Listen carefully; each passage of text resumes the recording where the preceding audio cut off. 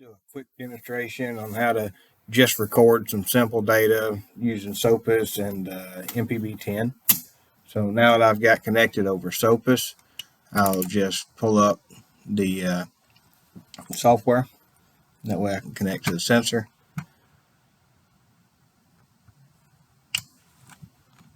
And once I've got that connected, the values we're going to be reading are just process data. So I'll come here and I'll set up, what my values are going to be and what bits I want to monitor. Right now I've got bit 4, 5, 6, and 7 that I'm going to monitor. So I can close out of that. I won't be really setting up any limits. We're just looking at the data coming through it and how we can set it on the machine, run the machine with it connected over SOPAS, and actually look at the data. So what I'll do is I've got it connected. I'll just minimize this, and I'll come down to data recorder, and then I'll go to settings, and I'll look at where I want this data to go. So I want to read it as a Excel file, and I've already created this. So we'll just do a second one is MPB10 data trial 2. And then we'll just click save. Now we'll determine how the recording intervals. So I'll just do it once a second. Now we'll look at what data we want to record.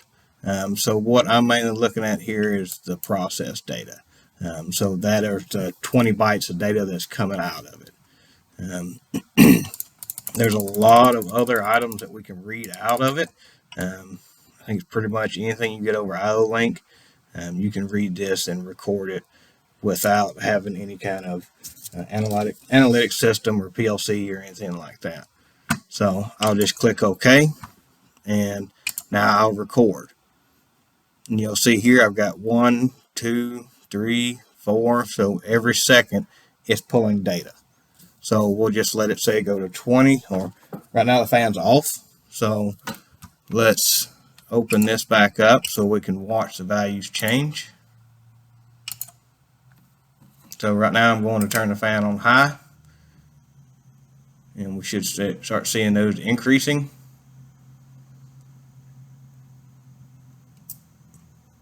Then I'll put it on medium,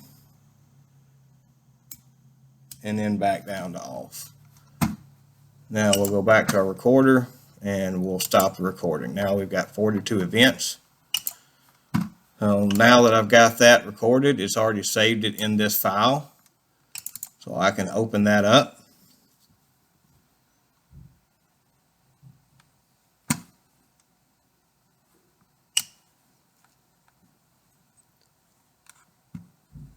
Now I've got all of this data.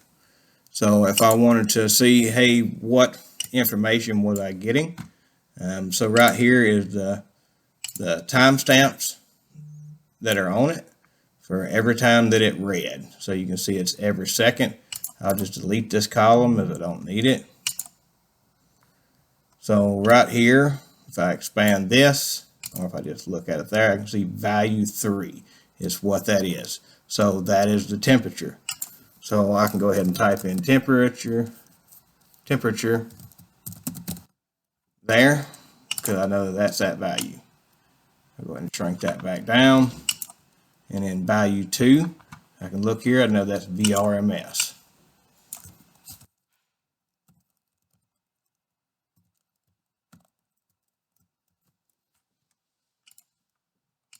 And then I can go and keep doing the exact same thing to all of them.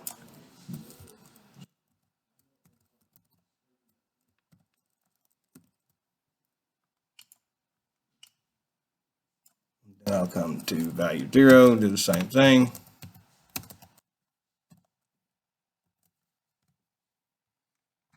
Now that I've got that data, if I wanted to make a quick graph out of it and just kind of trend the data,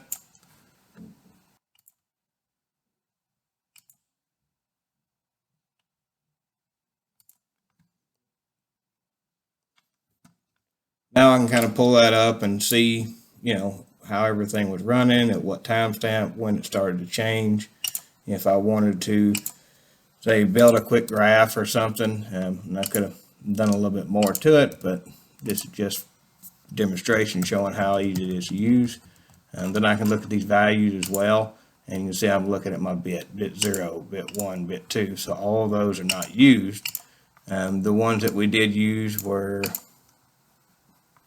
4, 5, 6, 7, and 8. So if one of these had triggered, then I would see a trigger. I would have a timestamp on it, so I can pull all that data. So just a simple way to use SOPAS and the MPB10 without anything else, to put MPB10 on a motor, trend the data, and get that information out of it. So I hope this helps, and let me know if you have any questions.